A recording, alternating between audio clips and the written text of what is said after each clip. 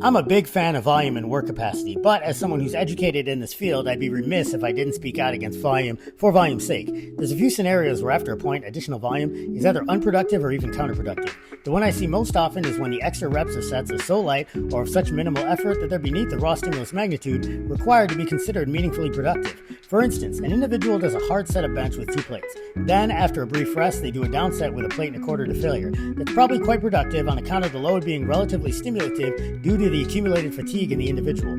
But then say they drop to just a bar and like tens on each side. At this point, regardless of fatigue, they've reduced the load to such an extent that no amount of repetitions will likely stimulate anything that they want, strength, muscle growth, etc., and just add to their fatigue. This is what's referred to as junk volume. While the high-intensity advocates may disagree, in most cases it's probably reasonable to assume that if one hard set is stimulative, repeating that once or twice more is likely over time going to lead to better results. But this isn't an infinite additive effect, and ultimately, depending on one's individual work capacity, something like 2 to 5 exercises, 2 to 5 sets each, is a reasonable starting point for most people, especially if you're natural, since you can only train what you can recover from. And I say this because I see many people copy-paste their favorite pro's 40-set arm workout, and by set 18 of the 4th exercise, it's just going through the motions. Not all volume is good volume. More isn't always better. Better is better. Train hard, but train smart too. Be a thinking athlete and stay in the fight.